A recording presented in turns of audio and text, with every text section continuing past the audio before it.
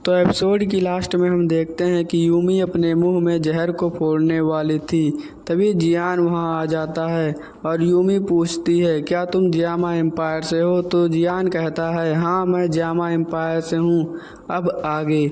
यह सुनकर यूमी चैन भरी सांस लेती है और जियान नीचे उतरकर यूमी को अपने स्टोरेज रिंग से एक पिल निकालकर यूमी को दे देता है, जिससे खाकर यूमी की दावकी थोड़ा रिकवर हो जाती है और यूमी इसके लिए थैंक्स कहती है और बताती है, मैं यूमी हूँ और मैं स्नेक ट्राइब से हूँ।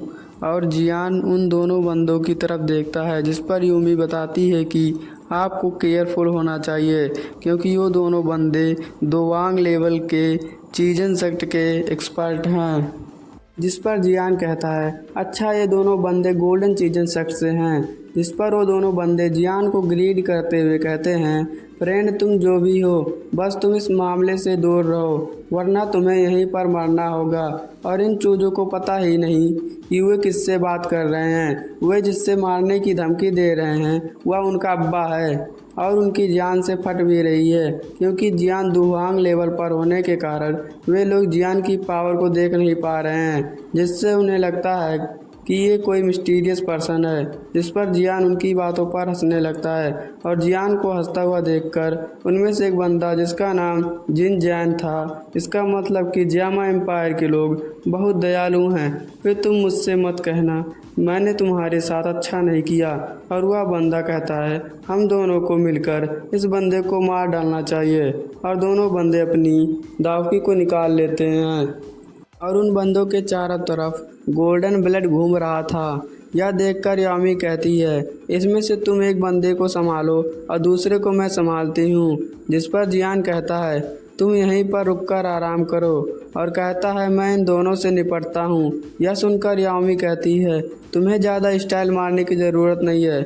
यामी को पता नहीं था कि ये किससे बात कर रही है। अगर उसे जियान के बारे में पता होता तो वह कुछ बोलती ही नहीं।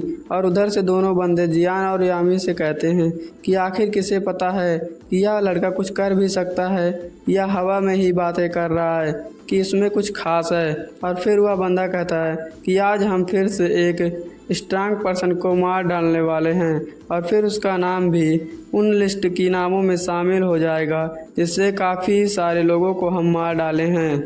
और इसके साथ ही दी चीन जिन अपने किसी गोल्डन वेपन को बाहर निकाल लेता है और अपने साथी के साथ जियान के ऊपर अटैक करने के लिए आगे बढ़ता है। यह देखकर यामी कहती है कि यह वेपन बहुत खतरनाक है और तुम्हें इससे सावधान रहना होगा, मगर जियान कुछ नहीं कहता।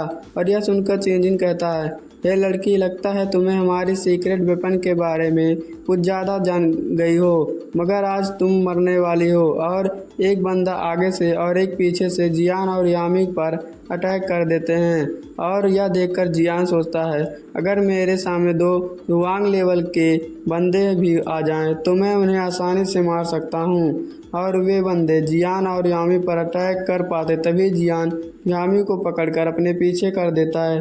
जियान बस इतना बोलता है, फायर विंग एक्सप्लोजन, जिससे वे गोल्डन चीज विंग जो जियान की तरफ आ रहे थे तो वे फायर विंग में बदल जाती हैं और वे वापस जाकर दोनों बंदों से टकरा जाती हैं, जिससे वे पीछे ढकेल उठते हैं और दोनों के मुंह से खून निकलने लगता है। और वे जियान के इस अटैक से बहुत ज़्यादा घबरा जाते हैं क्योंकि दोस्तों, जियान के एक अटैक से ही उन लोगों की चड्डी पीली हो गई थी और उनके मुंह से बस इतना ही निकलता है कि ये 20 साल का लड़का दोहुआंग लेवल पर है। और वे अपनी जान बचाकर भागने लगते हैं और यामी कहती है, इन लोगों को भागने मत देना। और वे दोनों बंदे अलग अलग डायरेक्शन में भागने लगते हैं। तभी जियान अपनी 3000 थंडर पावर की स्पीड से उन बंदों की ओर चला जाता है।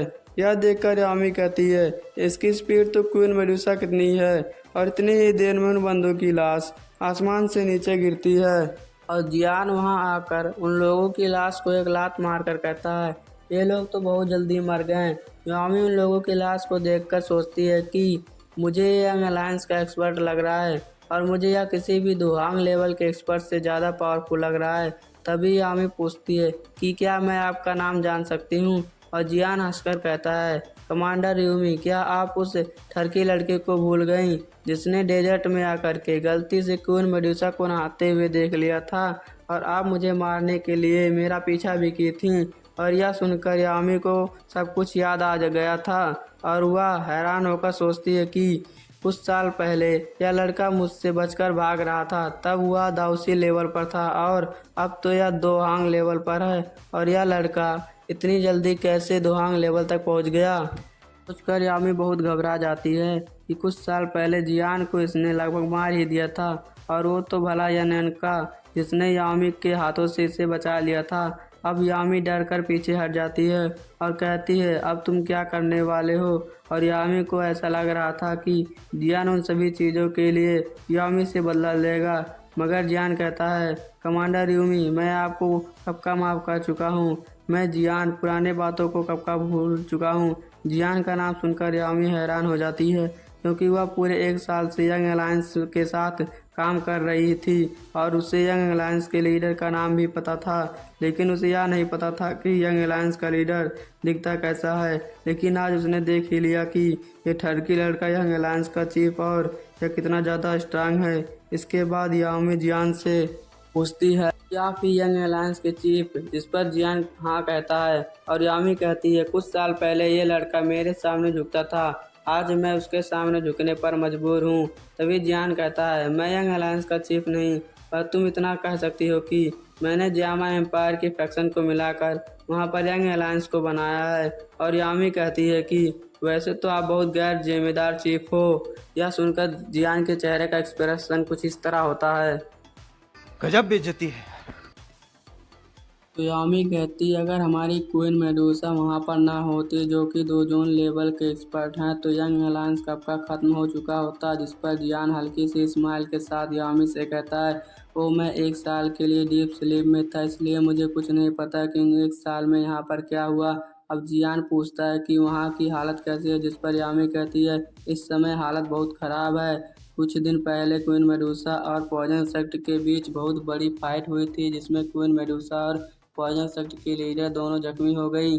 और फिर पॉइजन सेक्ट की लीडर अपनी इंजरी को हील करने के लिए वहां से चली जाती है और क्वीन मेडूसा को अपनी इंजरी से रिकवर होने का वक्त नहीं मिला, क्योंकि अभी के लिए गोल्डन सीजन सेक्ट का लीडर एल्वा टियान और मुलान वैली के तीनों लीडर, जिनके पास 3 बीस्ट 7 स्किल है, जो कि 2 जोन लेवल के एक्सपर्ट से कम नहीं, और वे सभी थोड़े थोड़े टाइम पर अटैक करते हैं। और अभी के लिए हमारी क्वीन मेडूसा उन्हें बड़ी मुश्किल से रोक रखी है। और जियान इन चीज़ों के बारे में सुनकर उदास हो जाता है। कहता है, अगर क्वीन मेडूसा इस फाइट में हार गए तो जियामा एम्पायर का सिर झुक जाएगा और हमारे कुछ एक्सपर्ट अपनी जान बचाने के लिए यहाँ से भाग जाएंगे, तब तो हमारा जियामा एम्पायर सच में ख़त्म हो जाएगा। तब यामी बताती कि हमारे दुश्मनों के पास दोहांग लेवल के बहुत सारे एक्सपर्ट हैं और हमने बहुत मुश्किल से उन्हें रोक रखा है। मतलब कि हमारे एम्पायर ने 3 बड़े एम्पायर को रोक रखा है और हमारे पास एक क्वीन मेडूसा है जो 2 जोन लेवल पर है और दुश्मनों के पास 3 2 जोन लेवल के एक्सपर्ट हैं और अभी के लिए क्वीन मेडूसा उन्हें रोक रखी है।